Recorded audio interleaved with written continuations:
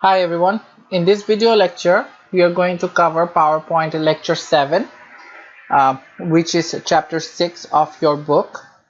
So we are going to finish lecture 7 today and also cover chapter 6 of your book today. So starting off, consumer behavior.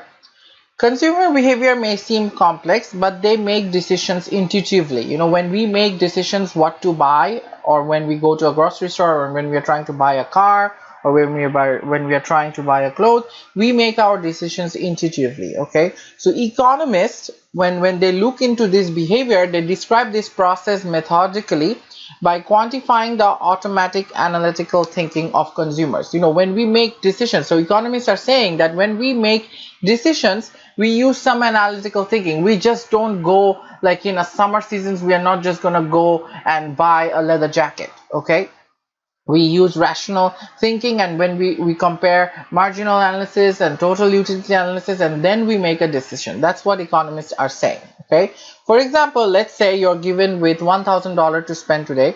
What will you buy with it? Right, you have many options. You can buy a laptop with it, you can buy an expensive handbag, you can buy an expensive a couple of shoes or a couple of clothes. So what will you buy? How will you use it? So you currently know in your mind how you can use this $1,000, but then how do you make a decision? So basically, with this $1,000 or with whatever income you have, you will buy that combination of goods and services. So it does not have to be one specific product. With $1,000, you can buy some clothes, you can buy some shoes, and buy some drinks and food. Okay, so you will buy that combination of product and service that will ultimately give you maximum satisfaction, or maximize your total pleasure or utility. So according to the economist Bentham, or any other economist, basically say consumers, when they make decisions, they look into two things. They want to maximize their utility, one of their goals, and they also want to minimize the cost. They will basically want to pay the low price as much as possible. That, though, in the beginning of the class we looked at that. Okay, and then usually as per economists, we also see that consumers, they exhibit an inverse relationship between price and quantity demanded. We also covered this in the beginning of the semester. There are three reasons why price and quantity demanded are negatively related. What that means is when price goes up, quantity demanded falls, and if price goes down, quantity demanded will go up. And there are mainly three reasons why consumers act like that: income effect, substitution effect, and diminishing marginal utility effect. Okay, so what does income effect means? Income effect means is, let's say if the price of, or let's say the rent, or your rent is $1,200 and now your rent goes up to $1,500, that means that you will have now less income available, so your quantity demanded will fall in that case. Okay, so if price goes up, you will have less income, and as a result the quantity demand will fall. On the other hand, if price goes down, you will have more income, so you will be able to buy more goods and services, so your quantity demanded will go up. So that's the first reason. Then we have substitution effect. So if there are two goods that are substitutes, or they are goods that can be replaced with one another, then if the price of one good increases, then the quantity demanded for the other good will increase. An example would be, if the price of Coke goes up, what we are going to do is we're just going to switch from Coke to Pepsi because they are replacements, and we're going to demand more Pepsi, and as a result the quantity demanded for Pepsi will go up. On the other hand, the quantity demanded for for Coke will go down because of the increase in price, because we have substitutes available, so we will just switch to them. Therefore the quantity demanded for Coke will decrease, and that's why price and quantity demanded have a negative relationship. Finally, the diminishing marginal utility effect. What that means is, when you consume more and more of a product, the additional satisfaction that you get from each additional product decreases. So an example, let's say you did a lot of hard work and then you are very thirsty and you're looking for a glass of Coke.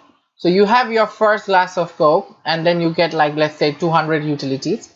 And then you drink another glass of Coke, but now your utility level will be less than the previous one, so probably you will get 100 utilities. Then you drink third Coke bottle, and then you will get 50 utilities, and in the fourth one you probably will not even want that Coke anymore because you have consumed it so much that now your utility has gone down. The only way you will buy that Coke if they decrease the price.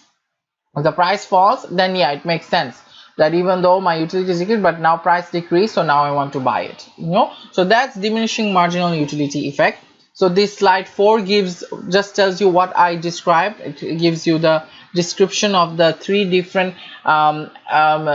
reasons why consumers behave or exhibit a negative relationship between price and quantity demanded.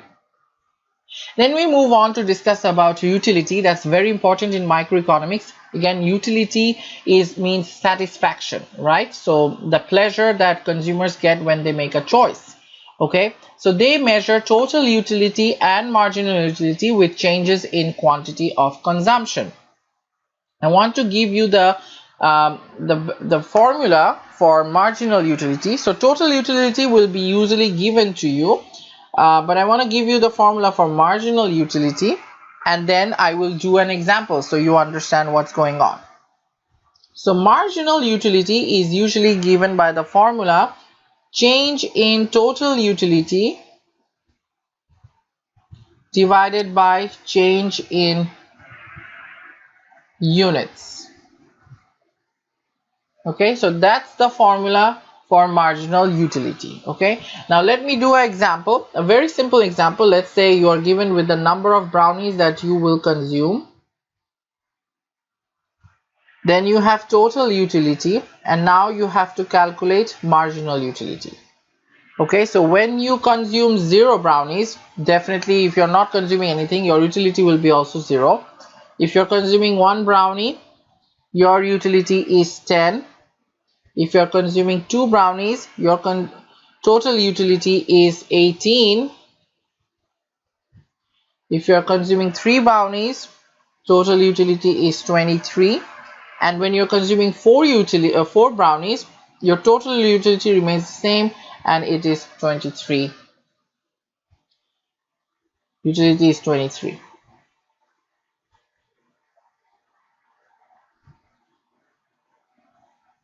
I just wanted to clear that so you guys are not confused. So now how do we calculate the marginal utility? Remember, marginal utility is the change in total utility divided by change in units. So change in total utility here in this case is 10 minus 0 divided by 1 minus 0, which is 10 divided by 1. So that's equals to 10. Here it is 8. Here it is 5, and here this is actually 0 because 23 minus 23 divided by 4 minus 3 is 0 divided by 1. So your marginal utility is 0 when we are consuming the 4th brownie. Basically, you do not get any additional satisfaction when you are consuming the 4th utility. So observe the pattern here. What's happening to your marginal utility? It is going down, and that is because of the law of diminishing marginal utility. Okay, going back to the slide, as you increase the amount each additional unit consumed, there is a reduction in your marginal utility, right? As you consume more and more of your brownie, your additional satisfaction decreases, and that's because of the law of diminishing marginal utility. Also, if you see, as you consume more, your total utility is actually increasing until your marginal utility is 0. So your total utility will continue to increase until your marginal utility is 0. When your marginal utility is 0, look at this, your total utility remains the same. It's still 23 even after you consume the 4th brownie. Okay, so that gives you a brief idea about total utility and marginal utility. Okay, now formally, what is the definition of total utility? Total utility is the amount of total pleasure from consuming through a given quantity. So in this, going back to this example, if we are consuming 3 brownies, the total utility of consuming 3 brownies is 23 utilities. Okay, the total utilities of consuming two brownies is 18. So consuming 1, 2 together is gonna give us 18 utility, whereas marginal utility is basically the amount of additional pleasure or satisfaction that you get as you consume one more unit. So in this case, if you consume, let's say you were consuming 1 unit and 1 unit of brownie, now you are going to consume 2 units. So what is the additional satisfaction, or what is the extra satisfaction you're going to get by consuming the second brownie? So in this case, you will get 8 utilities. Okay, so that's what it is. It is the extra pleasure that you get by consuming an extra unit. So I'm going to do another quick example of total utility and marginal utility, and then I'm going to draw a graph for total utility and marginal utility to understand the relationship and how these two are related to one another. Okay, so let me do another example. Okay, so we are given with quantity, then we are given with total utility, and then I'm sorry, I don't know why this is acting like that.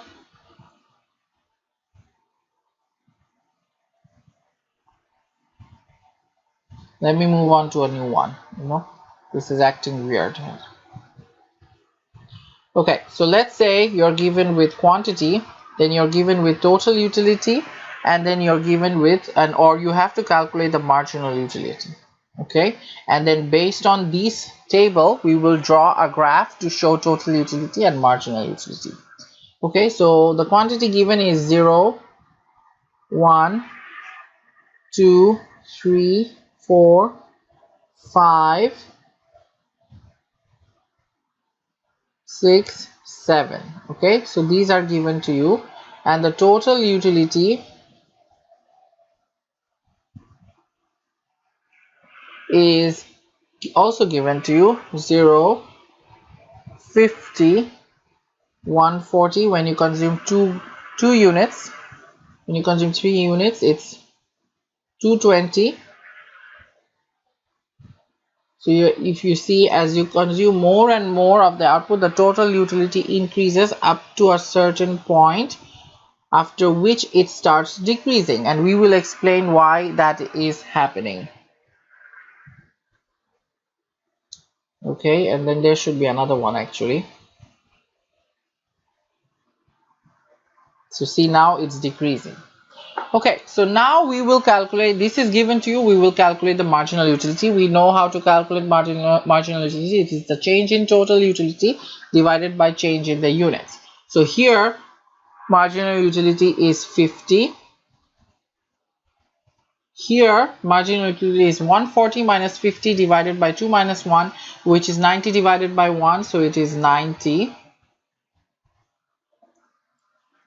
Okay, then we have 220 minus 140 divided by 3 minus 2, which is equals to 80.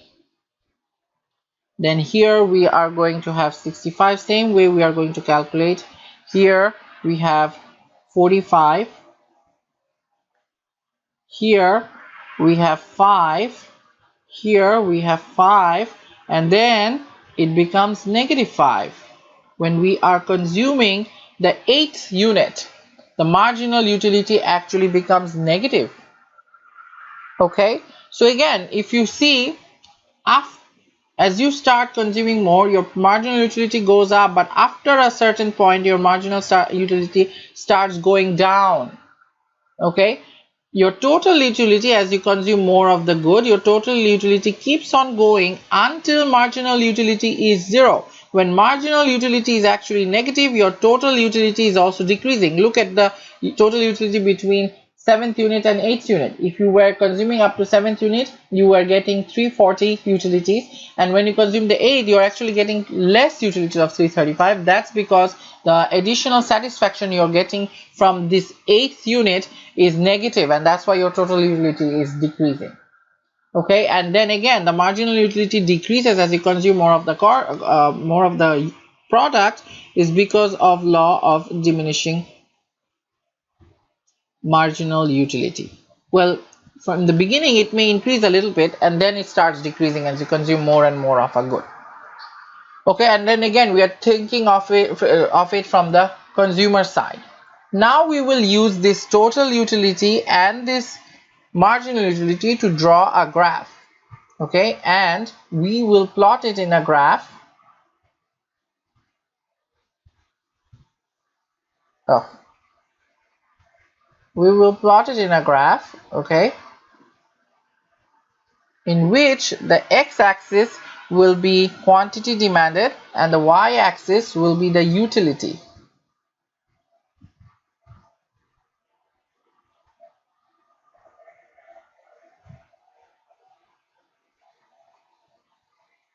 Okay, so on the x-axis we have quantity demanded and on the y-axis we have utility.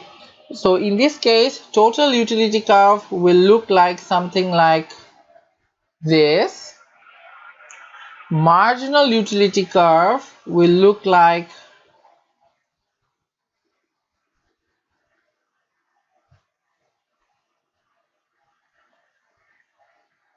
this. Okay, so this is your total utility curve, this is your marginal utility curve.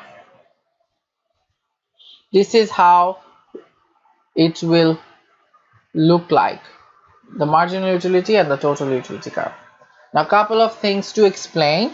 First of all, the total utility curve in the beginning increases at an increasing rate, and at that time the marginal utility is also increasing. That's what we see. As the total utility is increasing at an increasing rate, marginal utility is also increasing.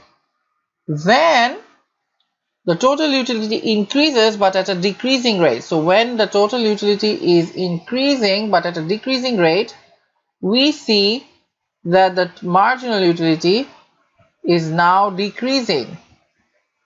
Finally, the point where total utility is maximum, this is the point where total utility is maximum, that is the point where marginal utility is 0. So when total utility is max, marginal utility is 0. And if you look at that, after that marginal utility becomes negative, so total utility starts decreasing from that point. When marginal utility becomes negative, that's when your total utility starts decreasing. Again, go back to the table and you will see the same thing. So total utility increases at an increasing rate, that's when the marginal utility is rising. Then total utility is increasing but at a decreasing rate, that's when the law of diminishing marginal utility hits and marginal utility starts decreasing. The maximum total utility point is the point where marginal utility becomes 0. Okay, and when marginal utility becomes negative, your total utility starts decreasing. So you have to know this graph and how you have to know how to explain this graph. Okay, and this tells you exactly what I told you. So the law of diminishing returns states that as more units are consumed past some point, less additional pleasures will be received. And that's exactly what we said. Okay, then we come up with a different topic, and it is known as the utility maximization rule.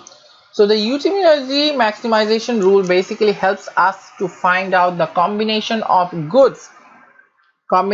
two goods that a consumer will choose that will give him the maximum utility.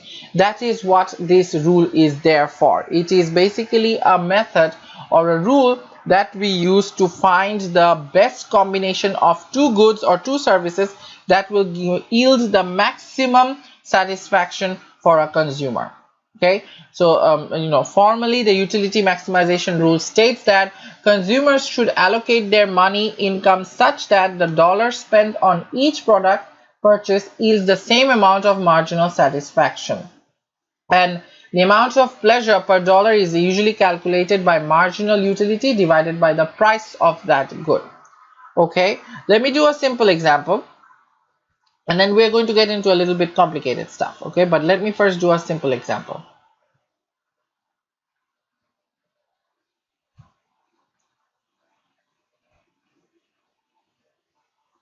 Let's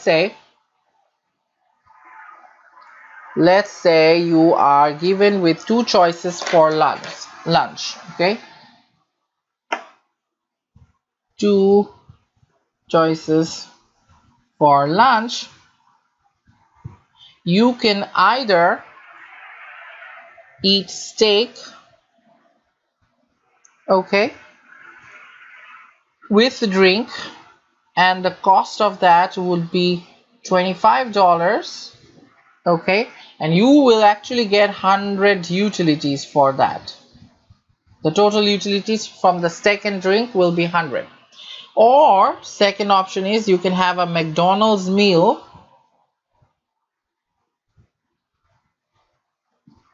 and the price of that meal is only $2, and you will only get 10 utilities from this meal. Okay, now basically given this scenario, which one should you choose? So based on the utility maximization rule which I just talked about, I will calculate the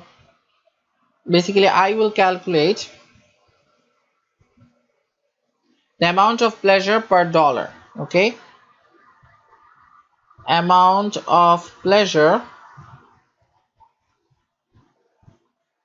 per dollar, which is given by the marginal utility of the product, let's say A, divided by the price of the product. Okay, so for option 1, this is going to be equals to marginal utility. You know, we get 100 utilities when we consume the steak, and the price is 25. So the pleasure that we get per dollar is $4 per dollar. Okay, 4 units of pleasure per dollar. And for option 2, we get 10 utilities for a price of $2, so we get 5 units of utility per dollar. So logically option 2 makes more sense because we are getting more utility per the dollar. We get 5 units per dollar rather than the steak, which we get $4 per dollar, 4 units per dollar. So if we are a rational human being in this scenario, we will logically probably choose the McDonald's meal for lunch.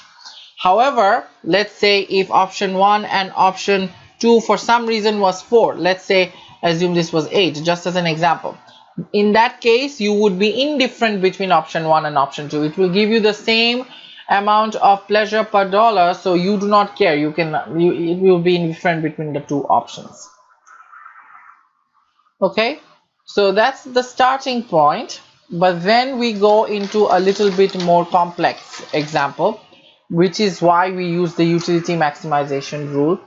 Basically, in order to find the maximum pleasure combination of two choices, let's say we have two goods. Now we have to find out, when we have our income, now we have to find out how much of the two goods we are going to buy that will give us the maximum utility, and we find that using the utility maximization rule. So there are 3 steps to do that. First, we have to calculate the marginal utility for each product. Okay, then we have to calculate the marginal utility per dollar for each product. Then we are going to choose the item that will give us the most utility per dollar until all of your income is used. So you have to make sure that you are using all of your income. We are not assuming that we are not keeping some income left over. We are going to, whatever, let's say your budget for something is $10, you will use up all the $10. You're not gonna spend $8 and keep $2. We are going to assume that we are going to use all the income, and the point that will give the most utility per dollar, that is the point, that is the combination of goods that will give maximum utility. Okay, I'm gonna do an example now. It's a pretty detailed, so just stay with me. If you have questions, just feel free to email me, but this is probably something new, and make sure you guys are understanding. Okay, so let's say we are given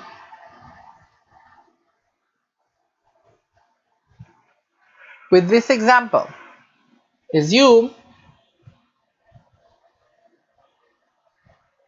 you can buy milk, which is one type of good, and sugar. So there are two goods. We have given you two goods, milk and sugar, at a cost of $2 each. So one milk will cost $2 and one sugar box will cost $2. Okay, so how much or how many milk and sugar will you buy or will you purchase if you have a budget of $8 for these two goods? And then of course I will give you the table for total utility for each of the product. So then I will give you the table, but know this problem. Okay, so the table will be milk quantity, so that's the quantity of milk, then we have total utility, then we have sugar, then we have total utility. Okay, and then you're given, let's say 1 2 3 4 5 6, again here 1 2 3 4 5 6. Okay, and then you're given with the total utility is, these are given to you. Okay, you're given with the first statements and then you're given with this table: 18, 24, 28, 30, 30. For sugar it's 14, 26, 36, 44, 50, 54. Okay, now this is given, so we know the three steps. First step is to calculate the marginal utility for each product. So what we will do is we will calculate the marginal utility. So first we calculate the marginal utility, and here we calculate the marginal utility as well. Okay, so here what is the marginal utility when we move from 1 unit to 2 unit? Marginal utility is 8. Then I'm sorry, I missed 0 actually.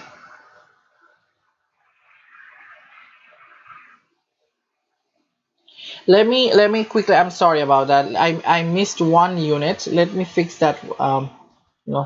So let's say, I'm redoing the table. Okay, so just give me a second.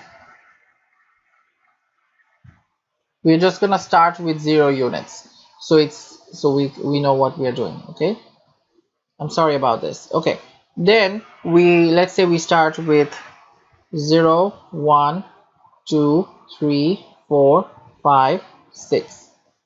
Okay, again for sugar we will start with 0 1 2 3 4 5 6. Okay, then total utility is given. For 0 is 0, here it's also 0.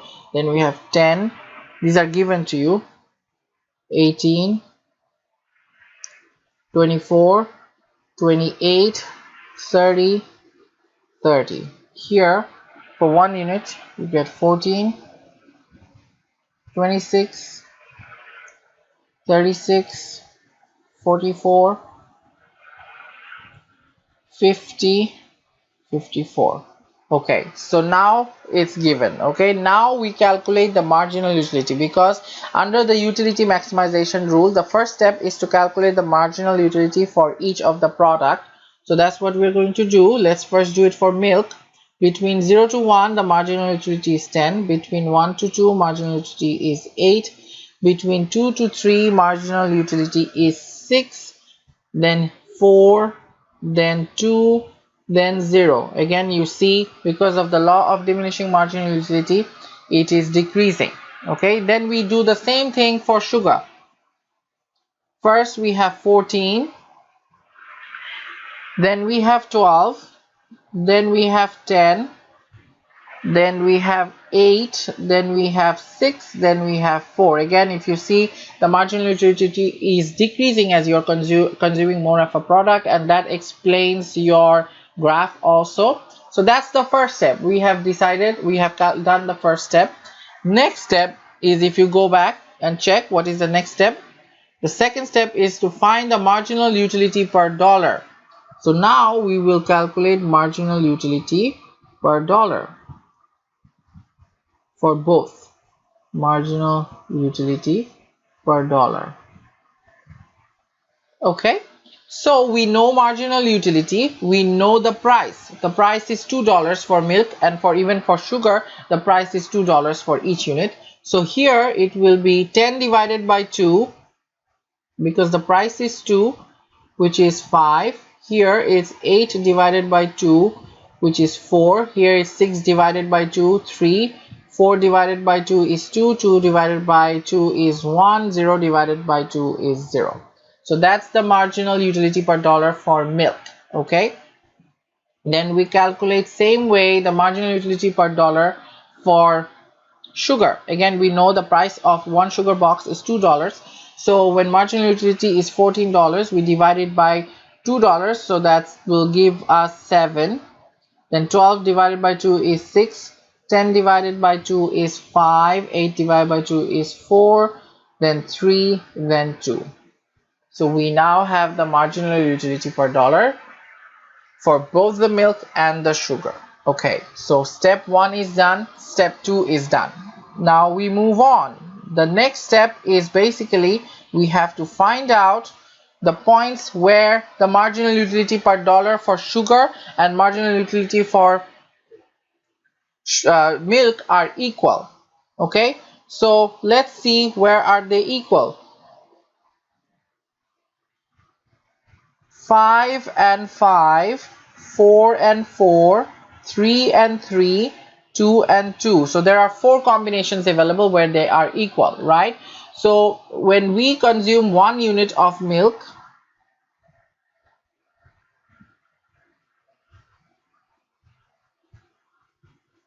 we get 5 utilities, and we consume how many units of sugar? When we consume 3 units of sugar,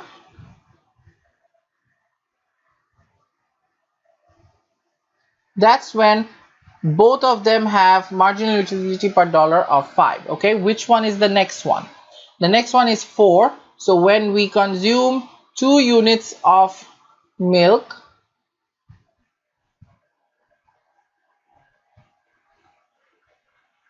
and we consume 4 units of sugar, then their marginal utility per dollar is equal, which is 4. Then for 4 units of 3 units of, so basically the next combination is for 2 units of milk and 4 units of sugar will give 4 utilities, 4 utility per dollar. The next combination is 3 units of milk and 5 units of sugar,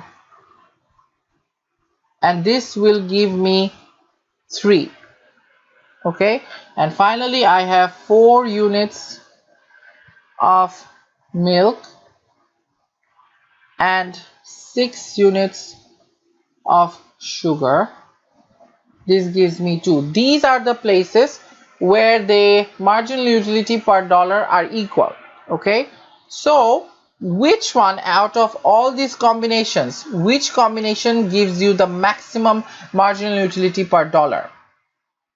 Okay, so definitely this combination gives, because it's 5, so that's greater. So that is the that is the combination that gives me the marginal utility. But now I have to check, when I am buying this, am I using my budget completely? Remember, I have $8 to buy milk and sugar. That will maximize my satisfaction. I want to see if I am using all of my income, because that's one of the requirements. If I don't use my $8, then I have to go to the next combination. Okay, so let's say in this case, one milk is $2, plus you have 3 sugars, and each is $2. So you have 2 plus 6, so that's $8. That's exactly what it is. Okay, So you are using up your income completely. So what is the what is the combination of goods that will maximize your utility? That's basically 1 unit of milk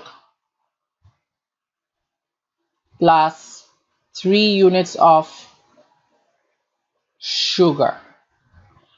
Now I can make this problem a little bit difficult. What if I say that your budget was actually $12 and not $8?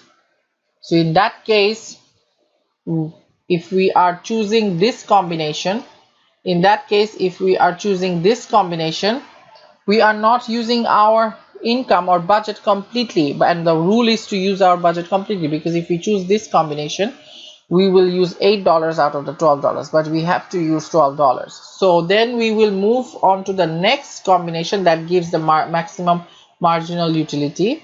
So we will do this $4, and we will check if we are using, because this is the place where marginal utility of milk is 4 and marginal utility per dollar of sugar is also 4. So we want to check how much it will cost. Are we using up $12 or it is costing more than $12? So let's see, 2 units of milk and 4 units of sugar.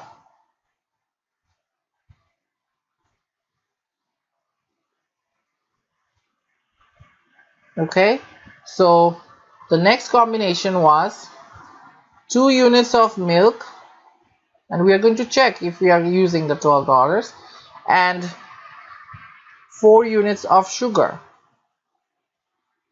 and that gives us 4 marginal utility per dollar. Okay, so how much will 2 units of milk cost? 2 times 2 is equals to 4.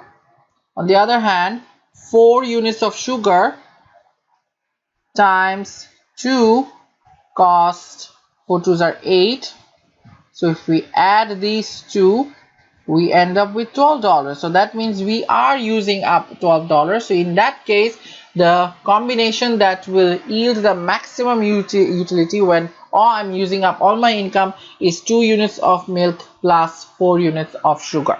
So we will reallocate our budget. If our budget goes up or if our budget goes down, we will reallocate our quantities to find out the next best combination that will give us the maximum utility. And that is how you use the utility maximization rule basically.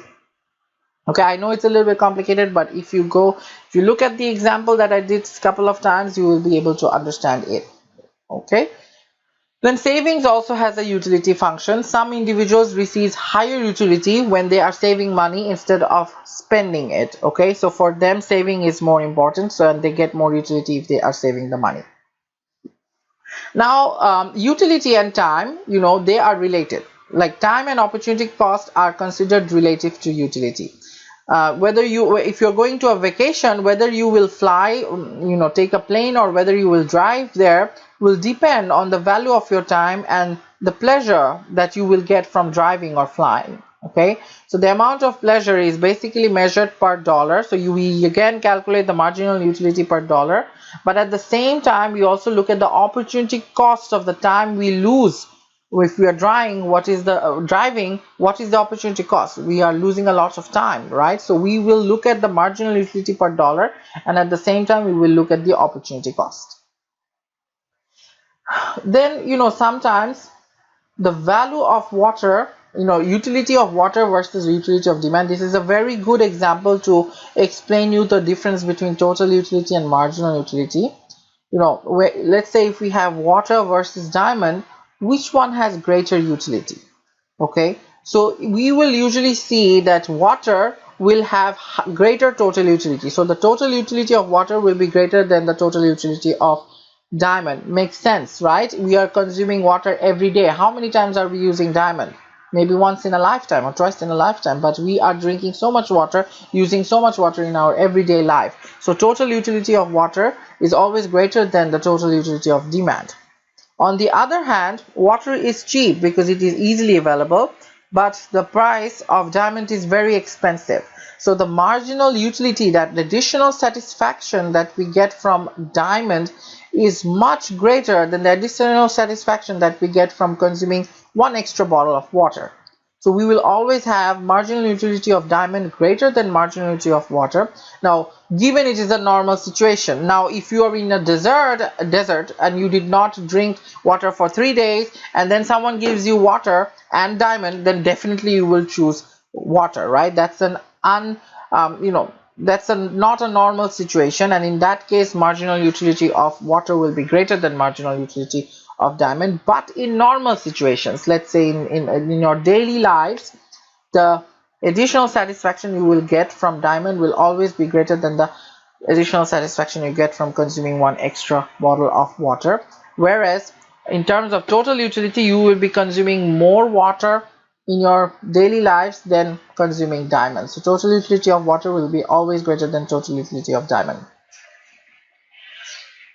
After this, we look at another method that we're going to use to find the utility maximization point. So we use the utility maximization rule to find out the combination of goods that will give us the maximum utility. There's another rule, there's another method we can use that. And we start off by using the budget constraint. Okay, so in this another approach, the process is to examine the combination of products bought with a given increase in income and then find the amount of utility at the budget level. So basically we're trying to find out our budget, and then we do different utility curves to show or to find out the utility maximization point. Okay, so we start off in this method, we start off with the budget constraint. Let me show you how a budget constraint looks like, and let me do a example so you understand. So let's say you're given with two products, pen and paper.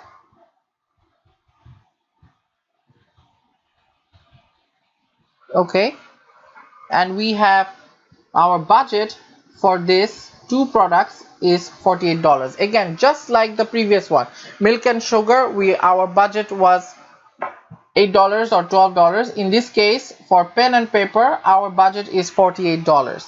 Okay, now assume one pen costs $2 and one paper costs $1. Okay, so this information is again given to you. Then we find out, so under this new method, which we call the budget constraint and indifference curve. So the new approach is called budget constraint and indifference curve.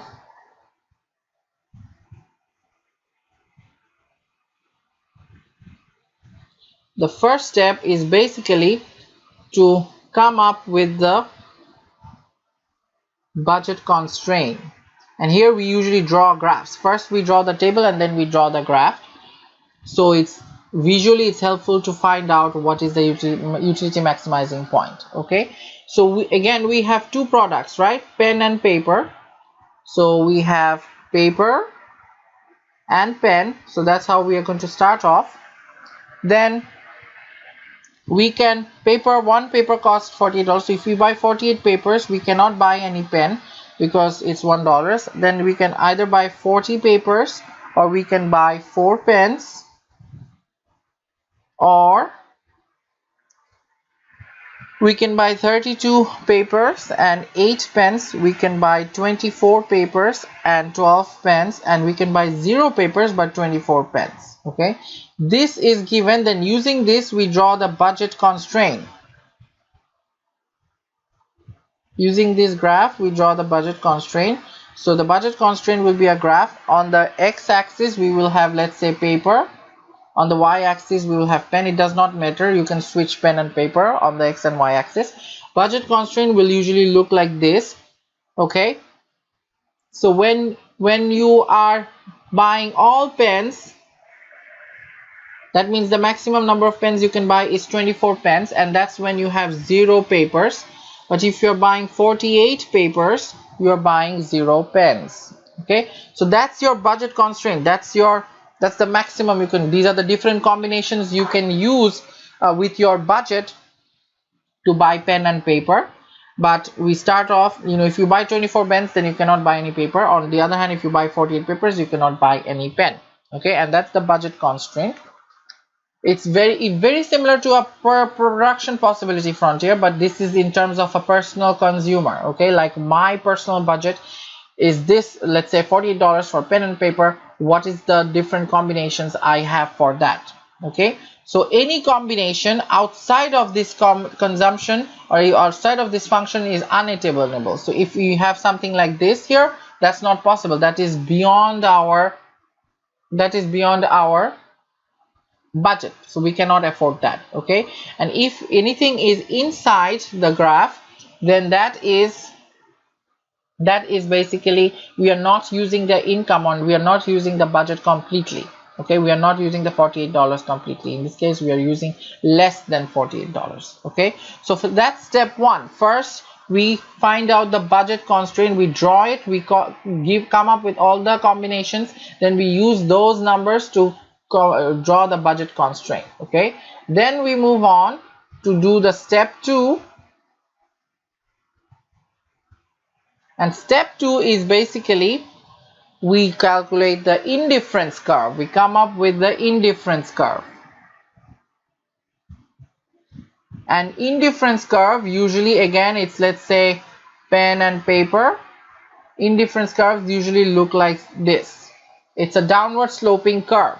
Okay, so what is the indifference curve? Okay, basically we need to find the combination of pen and paper that will yield the same utility, and that is called the indifference curve. Okay, so even if we change the different combinations of pen and paper, it will still give us the same utility, and that curve is called the indifference curve.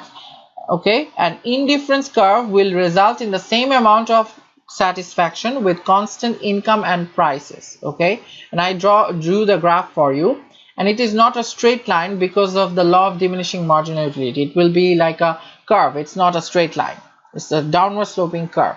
Okay, so as an individual consumes more of a product, the marginal utility declines, and after a point one will substitute the product X for Y, or they will substitute product pen for paper after one point, and this is known as the marginal rate of substitution. Okay, so once we figured out the budget constraint and the indifference curve, finally we determine the utility maximization point. And how do we do that? We basically combine these two graphs together under one axis. We combine the budget constraint. So this is the budget constraint. Okay, again, let's say this is paper, this is pen, 24, 48, and then we have many different utility curves or indifference curve. Let's say I1, I2, I'm sorry, let me fix this one, it does not go up, I2, I3,